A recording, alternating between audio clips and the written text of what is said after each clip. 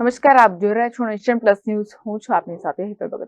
નસવાડી નજીક આવેલ ઝરકલીના પેટા ફળિયા વાડિયાની સગર્ભાને પ્રસૂતિનો દુખાવો ઉપડતા કાચા રસ્તાને લઈ 108 ઘર સુધી ન આવતા પરિવારજનો અડધો કિલોમીટર દૂર રોડ ઉપર ઉભેલી 108 સુધી સગર્ભાને ખાટલામાં ઉંચકીને લઈ જવા મજબૂર બન્યા હતા.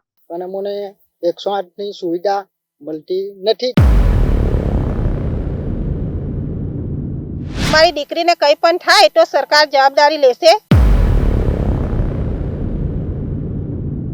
બહુ તકલીફ પડે છે. ચોમાસાની અંદર બી આ બહેનોને આવું કંઈ તકલીફ થાય તો અમારે ખાટલામાં લઈને ઉચકીને જવું પડે છે.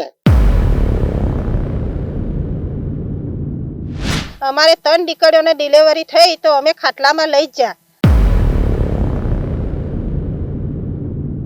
એટલી વિનંતી છે કે અમને આ રસ્તો બનાવી આલે તો સારું. સરકાર વિકાસ સપ્તાહની ઉજવણી કરે છે. સરકાર વિકાસ છેવાડાના માનવી સુધી પહોંચાડવાની વાત કરે છે, પણ વાસ્તવિકતા કંઈક અલગ જ છે. અવારનવાર નસવાડી તાલુકામાંથી સગર્ભાઓને ઉચકીને કે ખાટલામાં લઈ જવાની ઘટના સામે આવે છે. છોટાઉદેપુરના નસવાડીના ઝરકલી ગામના વડિયા ફળિયાની સગર્ભાને કાચા રસ્તાને લઈ રાત્રે અડધો કિલોમીટર પરિવારજનો ખાટલામાં ઉચકીને 108 સુધી લઈ ગયા હતા. આમરોલી પીએચસીમાં 108 મારફતે દવાખાને લઈ ગયા બાદ સગર્ભાને નર્મદા જિલ્લાના ગરુડેશ્વર દવાખાને લઈ જવાઈ હતી, જ્યાં સગર્ભાએ બાળકીને જન્મ આપ્યો હતો. વર્ષોથી 300 થી વધુ વસ્તી ધરાવતા ફળિયાને સરકાર પાકા રસ્તાની સુવિધા આપતી નથી. સ્થાનિક ચૂંટાયેલા નેતાઓ ધ્યાન આપતા ન હોય. બારેમાસ સગર્ભાઓથી લઈ ગ્રામજનો હાલાકી ભોગવી રહ્યા છે. તણખલા રોડ ઉપર ઝરકલી ફળિયાનું બસ સ્ટેન્ડ વર્ષો જૂનું હોવા છતાં આજ દિન સુધી પાકો રસ્તો બન્યો નથી. અમારા ગામ વડિયા ફળિયા ઝરકલી પેટા ફળિયા કહેવામાં આવે છે.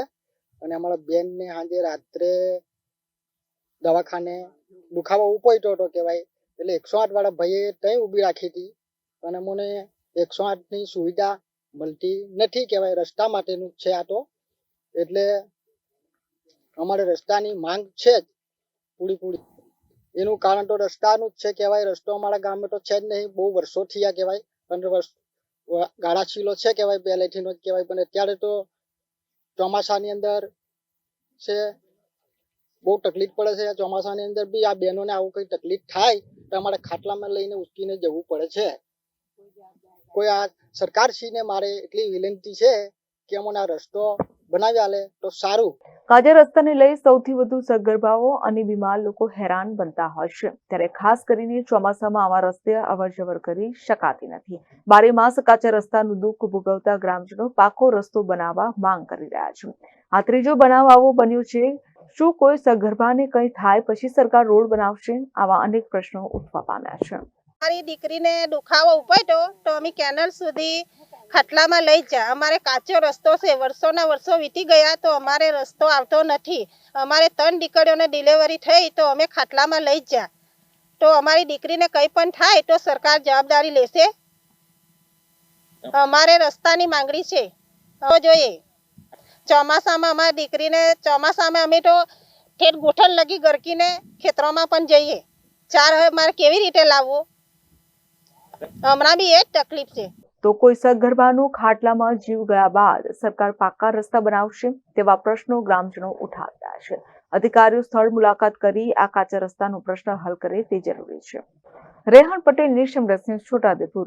સમાચારોના સતત અપડેટ મેળવવા માટે અમારી નેશન પ્લસ ન્યૂઝની યુટ્યુબ ચેનલને સબસ્ક્રાઇબ કરો, બેલ આઇકન દબાવો અને જોડાયેલા રહો ફેસબુક, ઇન્સ્ટાગ્રામ અને ટ્વિટર પર.